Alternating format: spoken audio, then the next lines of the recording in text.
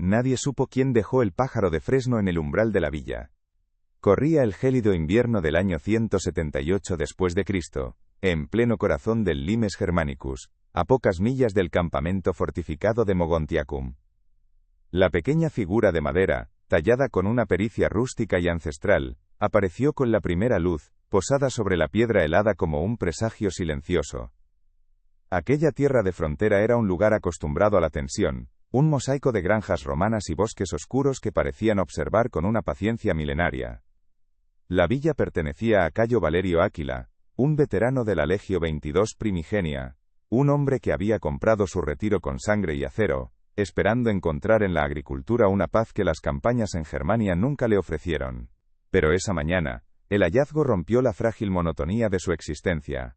Aquel pájaro no era un adorno, era un mensaje de un mundo que él creía haber dejado atrás, una firma escrita en el lenguaje de los árboles y los clanes. Antes de aquel amanecer, la vida en la villa de Cayo Valerio transcurría con una disciplina casi monástica, marcada por el ritmo de las estaciones y un silencio denso, cargado de historias no contadas. Cayo, un hombre endurecido por 30 años de servicio, dirigía su hacienda con la misma rigidez con la que había comandado una centuria. Sus manos, más acostumbradas a la empuñadura del gladio que al arado, trabajaban la tierra con una furia contenida. Y a su lado, moviéndose como una sombra por la casa, estaba Sunna. No era una esclava en el sentido romano de la palabra, ni tampoco una sirvienta contratada. Era una superviviente, una mujer de la tribu de los Catos, cuyo poblado había sido reducido a cenizas años atrás por la misma legión de Cayo. Él la había encontrado entre los escombros, una joven de mirada fiera y un silencio que pesaba más que cualquier grito. La acogió sin dar explicaciones a nadie, ni siquiera a sí mismo.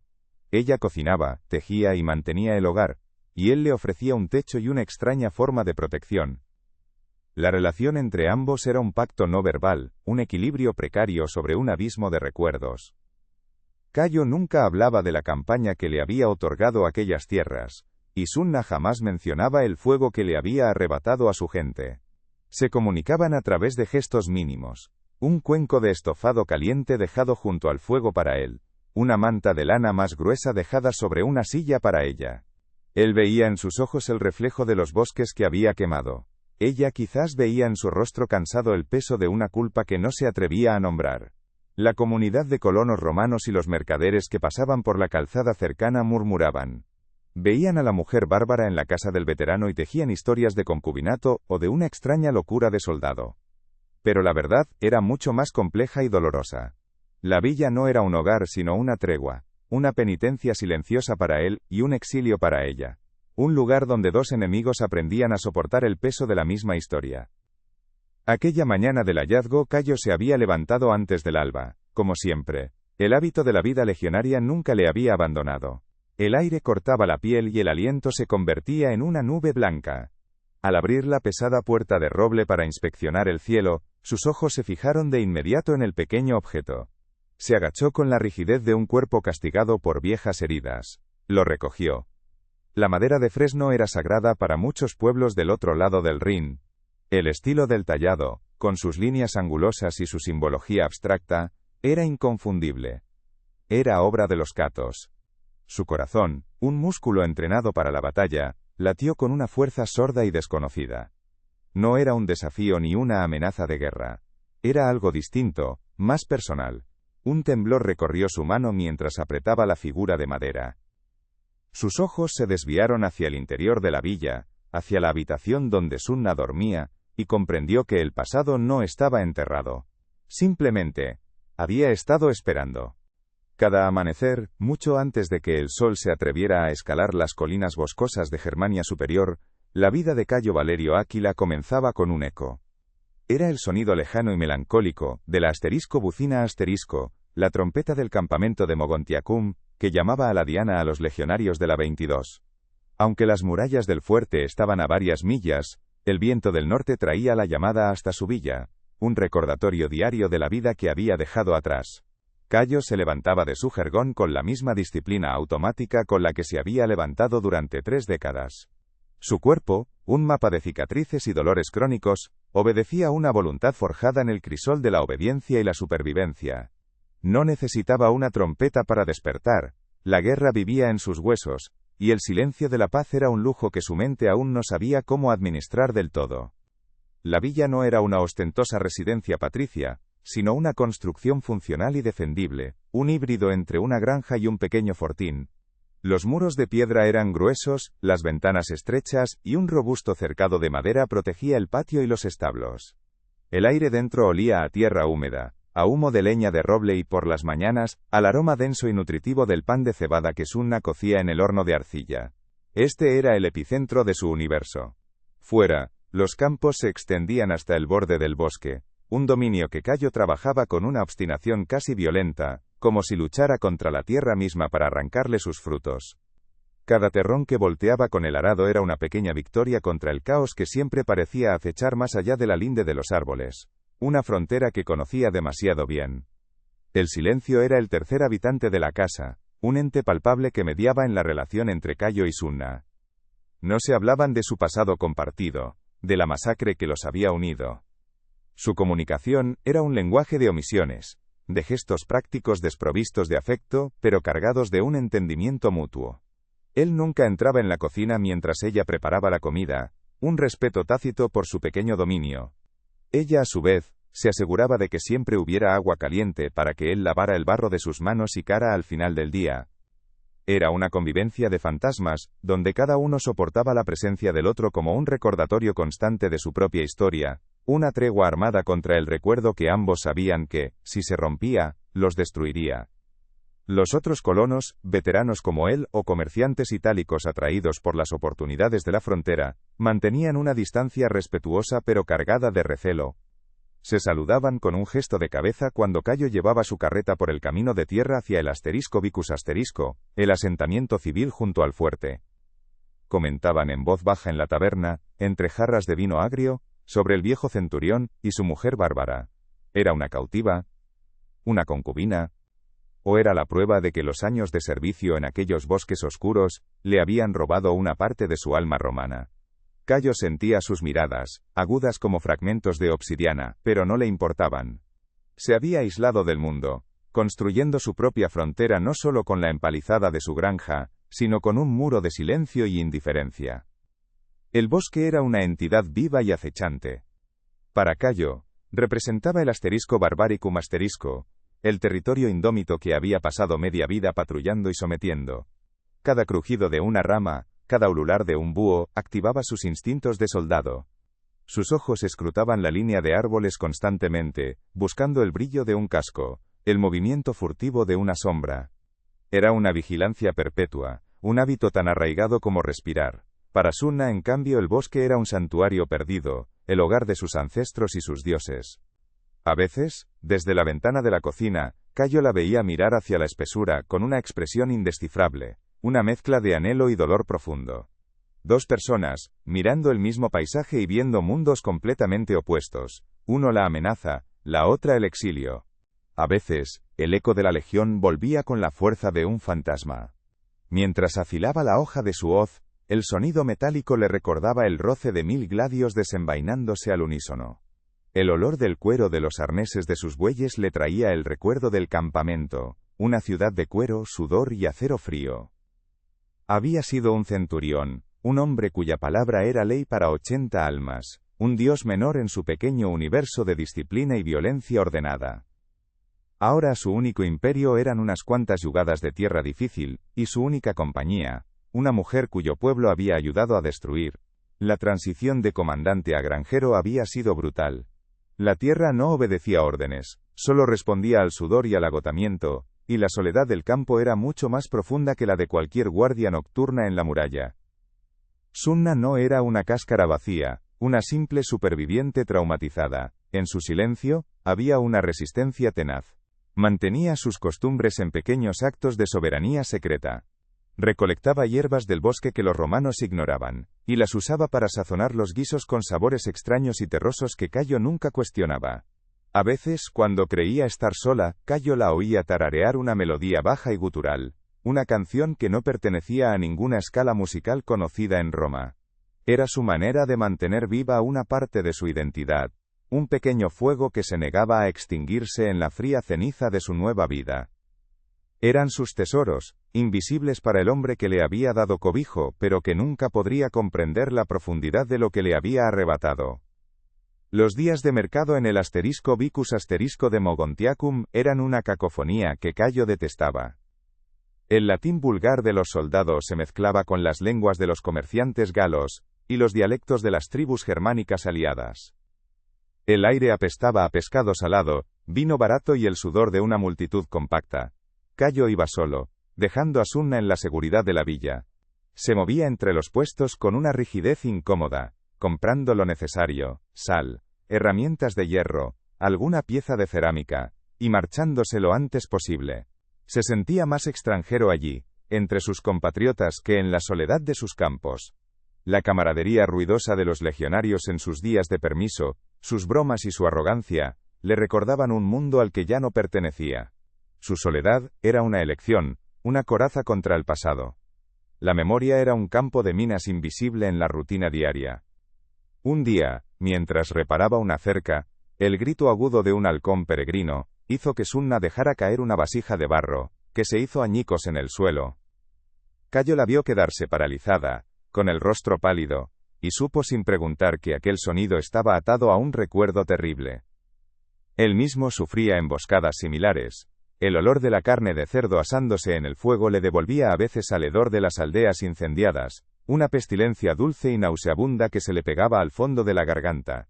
Vivían en un paisaje sembrado de detonadores emocionales. Cada colina, cada recodo del río, cada sombra proyectada por el sol del atardecer, era un testigo mudo de la violencia que había forjado su presente. La noche anterior al hallazgo del pájaro de fresno fue como todas las demás, envuelta en esa paz tensa y frágil que habían construido. El fuego crepitaba en el hogar central, proyectando sombras danzantes sobre las paredes de piedra. Cayo, sentado en un taburete bajo, limpiaba con esmero una azada con un trapo aceitado, sus movimientos lentos y metódicos. Al otro lado del fuego, Sunna remendaba una de sus túnicas de lana, con la cabeza inclinada y el cabello ocultando su expresión. El silencio entre ellos era denso pero no hostil, era el silencio de dos personas que han aceptado las condiciones de su armisticio.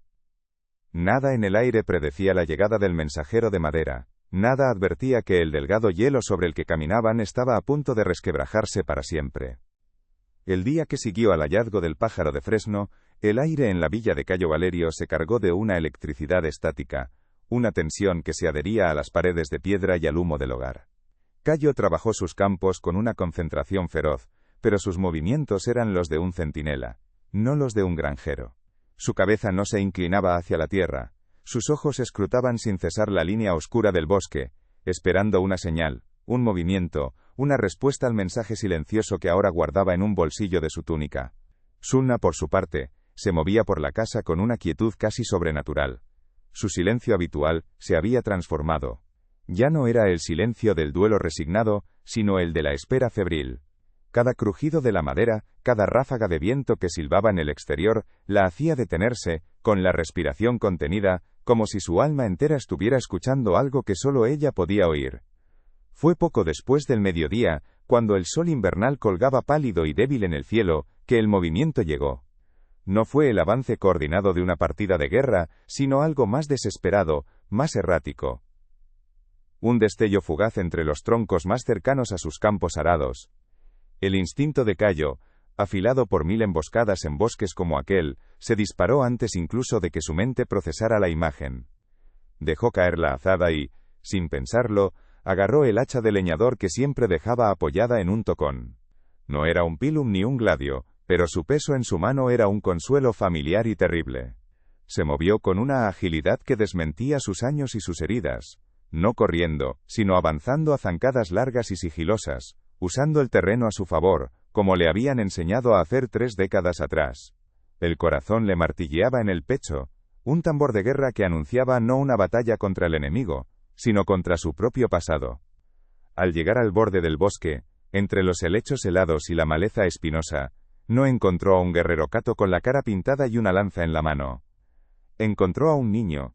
No tendría más de 10 inviernos, estaba sucio, con la ropa hecha jirones y el rostro arañado por las ramas. Temblaba sin control, por el frío y por un miedo tan absoluto que parecía haberle robado el aliento. En sus ojos, Cayo vio el mismo fuego salvaje y aterrorizado que había visto en los de Sunna años atrás, en medio del humo y los gritos de su aldea arrasada. El niño se encogió al verle, esperando el golpe final, y apretó contra su pecho una pequeña bolsa de cuero. El veterano se quedó paralizado. El hacha se sentía absurdamente pesada en su mano. Aquel no era un enemigo. Era un eco, un fantasma de su propia culpa hecho carne y hueso. En ese instante de suspensión, un sonido cortó el aire claro y brutal. La llamada lejana de un asterisco con un asterisco romano. Una patrulla. Y no estaba lejos. El sonido venía de la calzada, a menos de media milla. El niño se estremeció violentamente. Un quejido ahogado escapó de sus labios mientras sus ojos se clavaban en la dirección del sonido. Para Cayo, fue como si dos mundos colisionaran dentro de su cráneo. Su deber como veterano, como ciudadano romano, era inequívoco. Debía apresar al niño y entregarlo a la patrulla. Era un bárbaro en territorio del imperio, un posible espía, un fugitivo. La ley era la ley, el pilar sobre el que se había construido su vida, y el orden que había defendido con su sangre. Pero al mirar el rostro del niño, no vio a un enemigo de Roma. Vio al hermano, al hijo, al niño, que Sunna podría haber perdido en aquel fuego. Su decisión fue un acto reflejo, un espasmo del alma que anuló 30 años de disciplina legionaria. Miró por encima del hombro, hacia su villa. Sunna estaba en el umbral de la puerta, una figura inmóvil, observando la escena. Sus miradas se cruzaron a través de la distancia, y en ese instante, un universo de palabras no dichas fluyó entre ellos. Cayo se giró de nuevo hacia el niño. Con un movimiento rápido y certero, soltó el hacha, que cayó con un ruido sordo sobre la hojarasca. Agarró al niño por el brazo, no con la violencia de un captor sino con la firmeza de un salvador, y tiró de él hacia la profunda sombra del granero contiguo a la casa. Le tapó la boca con su mano callosa, sintiendo el aliento frenético del pequeño contra su palma. Sus ojos le transmitieron una orden que trascendía cualquier idioma. Silencio. El gesto rompió la frontera invisible que había defendido toda su vida. La patrulla pasó por la calzada.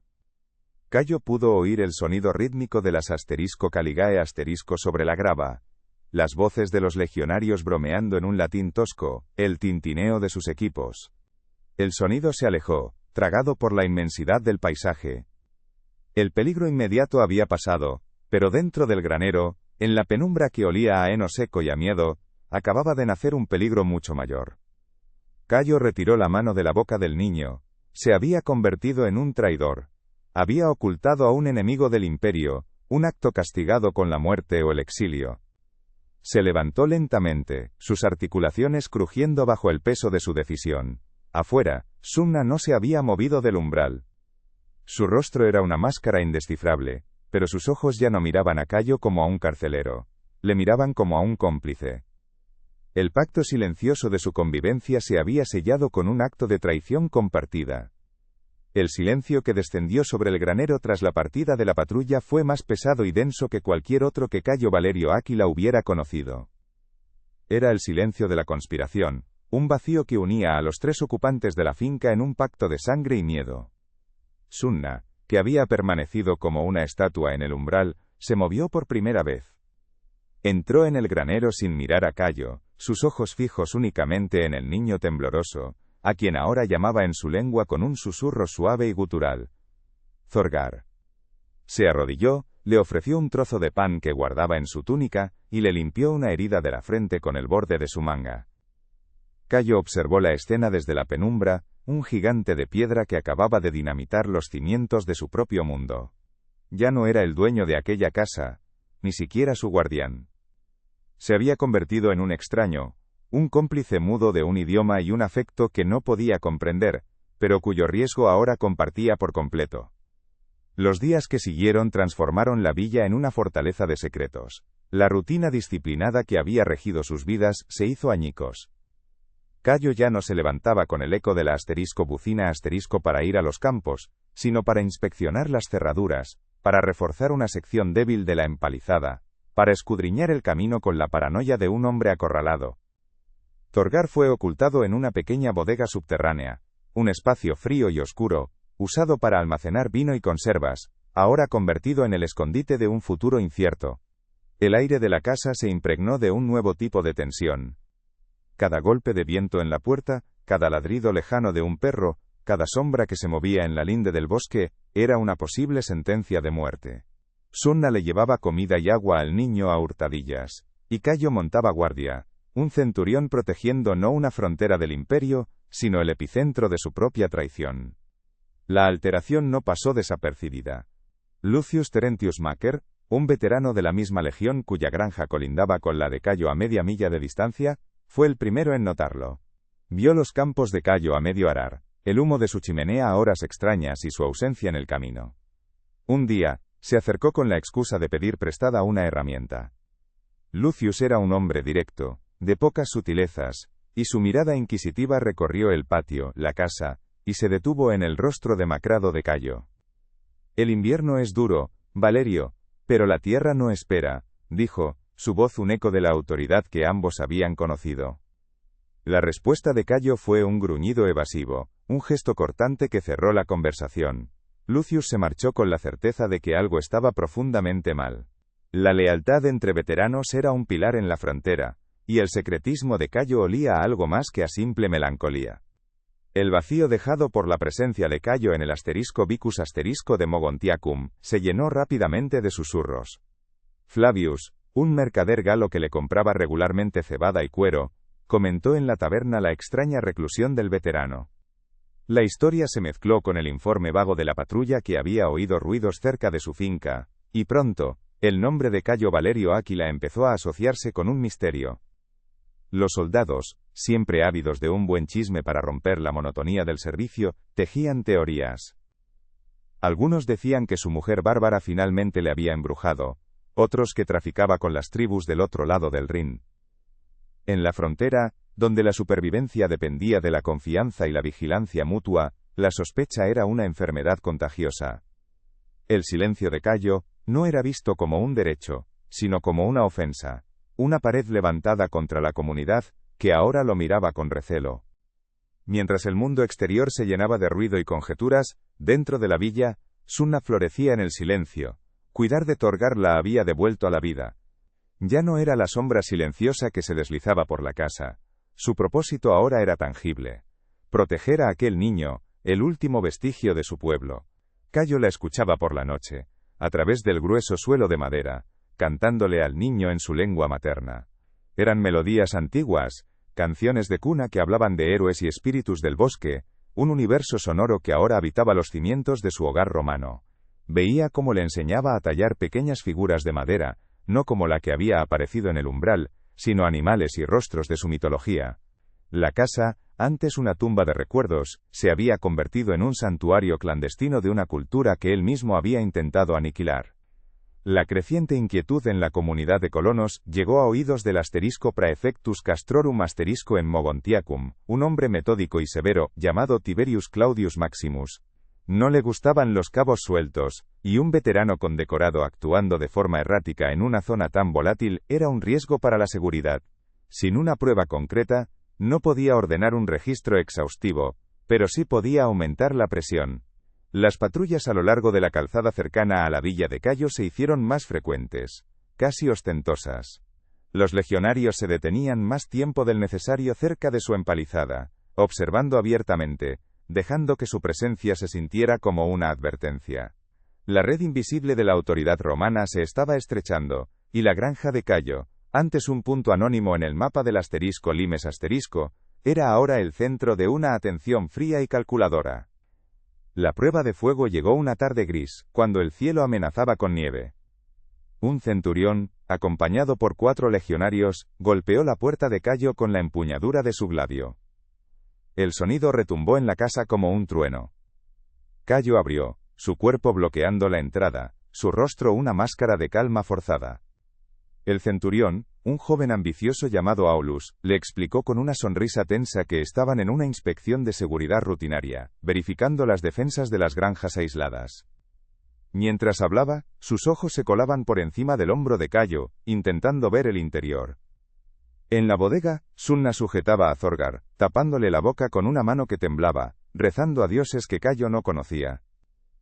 El veterano aguantó el escrutinio, respondió a las preguntas con monosílabos, y finalmente, los vio marchar. Al cerrar la puerta, se apoyó en ella, sintiendo cómo el sudor frío le recorría la espalda. El peligro ya no era un rumor. Tenía un rostro, un nombre, y la promesa de volver. Los meses se convirtieron en un año, y luego en otro, y el tiempo comenzó a obrar su lenta e inexorable erosión. La tensión aguda de los primeros días, aquel miedo afilado que ponía a prueba cada nervio, se fue asentando en los huesos de Cayo Valerio como una dolencia crónica. Los campos que antes trabajaba con furia disciplinada quedaron en barbecho, reclamados poco a poco por la hierba silvestre y las flores tenaces de la frontera. Su vida ya no se regía por el ciclo de la siembra y la cosecha, sino por una vigilia perpetua. El veterano se había convertido de nuevo en un centinela. Pero su puesto de guardia no era una muralla del imperio, sino la empalizada de su propia granja. Su mundo se había encogido hasta los límites de su propiedad, una isla de silencio y secretos rodeada por un mundo que ya no le pertenecía, y al que había decidido traicionar por un impulso que aún no comprendía del todo. La villa dejó de ser un retiro para convertirse en una jaula voluntaria. La comunidad de colonos y veteranos, al principio recelosa, acabó por aceptar el aislamiento de Cayo como un hecho consumado. Su vecino, Lucius Terentius Macer, dejó de intentar acercarse, interpretando su reclusión como una forma de locura, una herida del alma que las guerras de Germania infligían a algunos hombres. La granja de Cayo se convirtió en un lugar del que se hablaba en susurros, una mancha de silencio en el mapa del Limes. Las patrullas de Mogontiacum con el tiempo también espaciaron sus visitas. El centurión Aulus fue destinado a otro sector, y la extraña conducta del viejo Valerio pasó a ser una anécdota, un expediente cerrado sin resolución. El olvido del mundo exterior se convirtió en su mejor defensa. Se volvieron invisibles, fantasmas en su propia tierra. Cayo ya no iba al mercado del asterisco Vicus asterisco. Sobrevivían con lo que la tierra les daba dentro del cercado. Un pequeño huerto que Sunna cuidaba, las gallinas y la caza menor que Cayo atrapaba en la linde del bosque, en incursiones rápidas y sigilosas al amanecer. Dentro de aquellos muros, la vida había encontrado un nuevo y extraño equilibrio. Thorgar crecía. El niño asustado se convirtió en un muchacho silencioso y observador, cuyos ojos guardaban la sabiduría de quien ha vivido siempre al borde del abismo. Para él, Cayo era una figura de autoridad silenciosa, un guardián de piedra que garantizaba su existencia. Pero era Sunna el verdadero centro de su universo. Ella le enseñó su lengua en susurros, le contó las leyendas de los catos, le mostró cómo leer las señales del bosque, y cómo tallar en la madera de fresno no solo pájaros, sino los rostros de los dioses antiguos. Cayo observaba estas lecciones desde la distancia, un testigo mudo de la resurrección de una cultura que él mismo había contribuido a extinguir. En su propia casa, bajo la protección de su nombre romano, florecía un pequeño fragmento del asterisco Barbaricum asterisco, y en esa contradicción encontró Cayo una forma extraña y pesada de penitencia. El paso de los años dejó su marca más visible en el propio Cayo. El hombre recto y endurecido por la disciplina legionaria se fue encorvando, como si el peso del secreto le comprimiera las vértebras. Su cabello, antes gris acero, se tornó completamente blanco. Las cicatrices de su rostro parecían más profundas, y en sus ojos ya no había la alerta del soldado, sino la fatiga infinita de un vigilante que nunca descansa. La propia villa reflejaba esta decadencia. La pintura de las contraventanas se había desconchado, la puerta de roble había perdido su lustre, y una fina capa de musgo comenzaba a trepar por los muros de piedra del lado norte. Era un abandono deliberado de todo lo que representaba el orden romano, una renuncia silenciosa a su antigua identidad. La granja ya no parecía la propiedad de un veterano condecorado, sino una ruina habitada, un lugar que el tiempo había decidido pasar por alto, dejándolo intacto en su lenta descomposición. El silencio de la casa también había mutado, ya no era el silencio tenso de la conspiración, ni el silencio incómodo de la tregua. Se había convertido en un lenguaje propio, una forma de comunicación entre los tres habitantes que no necesitaba palabras. Un gesto de Cayo indicaba peligro, una mirada de Sunna ofrecía consuelo, Un movimiento de Thorgar demostraba obediencia.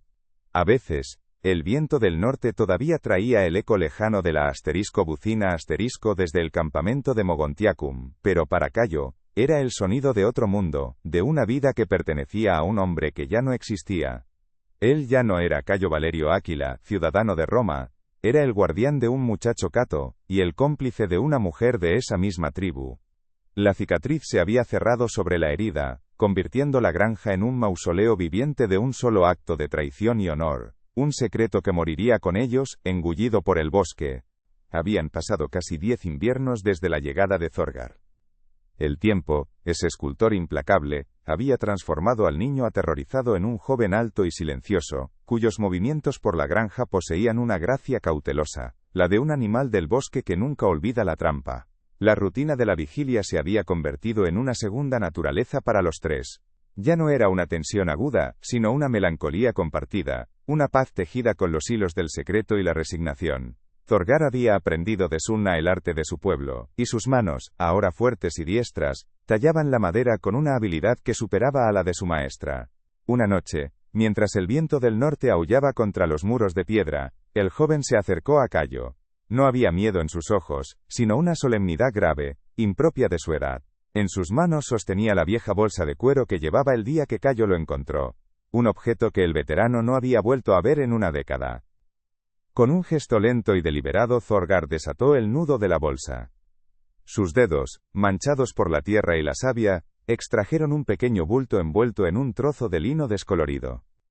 Lo desenvolvió con el cuidado de quien maneja una reliquia sagrada. Dentro, sobre la tela raída, yacía un disco de plata oscurecida por el tiempo. Cayo sintió cómo el aire se escapaba de sus pulmones. Era una falera, una de las medallas que el imperio otorgaba a sus legionarios por actos de valor. El diseño era común, un rostro de medusa para alejar el mal. Pero aquella pieza, incluso cubierta por la pátina de los años, le provocó un escalofrío que nació en la base de su espina dorsal, y ascendió como una serpiente de hielo. No se movió. Su cuerpo de veterano, entrenado para reaccionar, se quedó petrificado, prisionero de un presentimiento atroz que le robaba el aliento y lo anclaba a su taburete de madera. Thorgar, sin comprender el terror que se reflejaba en los ojos del anciano, giró el disco en su palma para mostrarle el reverso. Bajo la luz parpadeante de la lámpara de aceite, las marcas eran débiles pero inequívocas. Un águila estilizada, el emblema de la Legio 22 primigenia. Y debajo, grabadas con la punta de un cuchillo, 3 letras que Cayo conocía mejor que su propio nombre. CVA. El mundo del veterano se derrumbó en un silencio absoluto.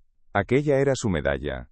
La había perdido hacía muchos años, arrancada de su arnés en el fango y la sangre de una aldea cata en llamas.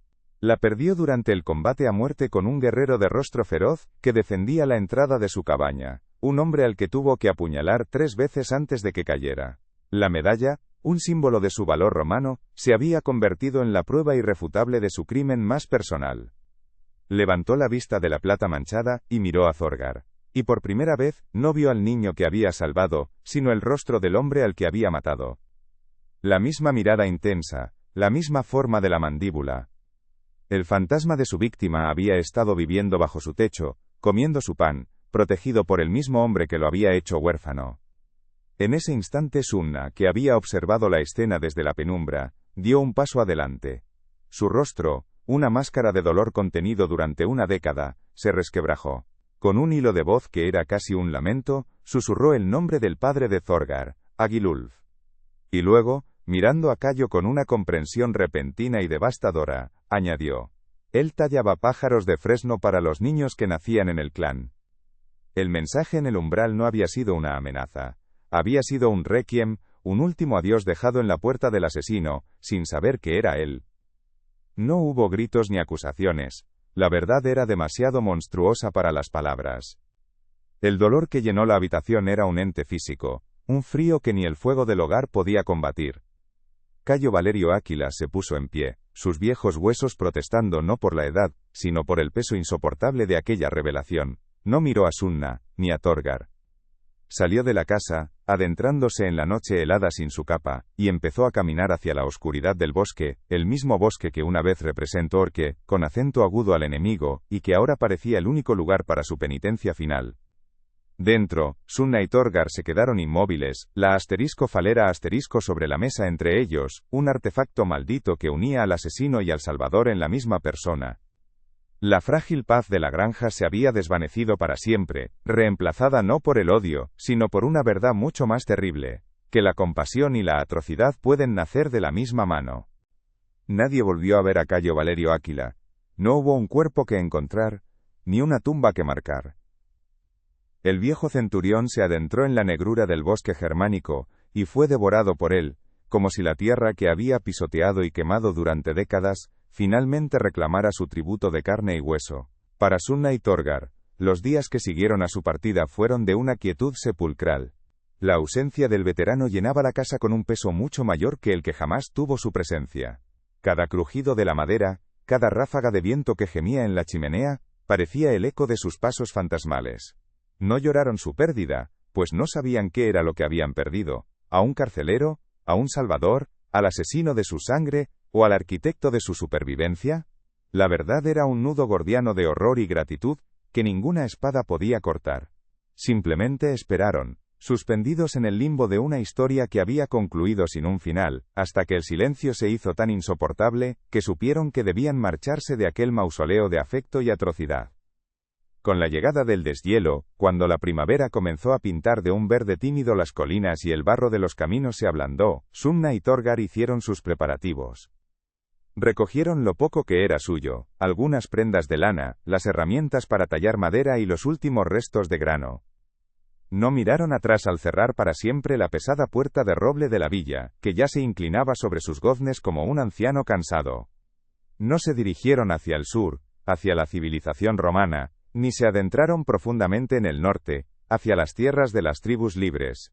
Emprendieron un camino sin destino, dos espectros liberados de su jaula, pero marcados a fuego por el fantasma de su guardián. Antes de que la granja desapareciera de su vista, Thorgar se detuvo. Se desvió del camino, y caminó hacia el linde del bosque, hacia un roble anciano y retorcido cuya corteza parecía un mapa de siglos. En su mano, fría y pesada, llevaba la falera de plata. No la enterró, no la arrojó a la oscuridad del bosque. Con la solemnidad de un sacerdote realizando un rito olvidado, Thorgar tomó la medalla romana, el símbolo del valor que había costado la vida de su padre, y la colgó de una de las ramas más bajas del roble sagrado. Allí quedó, el disco de plata con el rostro de Medusa, y el águila de la Legio 22, oscilando suavemente con la brisa germánica. No era un homenaje, ni una profanación. Era un testamento. Un objeto de honor romano entregado al juicio de los dioses del bosque. Una contradicción perpetua dejada a merced de los elementos. La luz del sol poniente se reflejaba en la plata, un destello solitario y frío en el corazón de la espesura. Era la cicatriz visible de una historia imposible, la prueba de que un hombre puede ser a la vez monstruo y redentor, y que a veces, el único epitafio posible es un silencio que brilla en la oscuridad.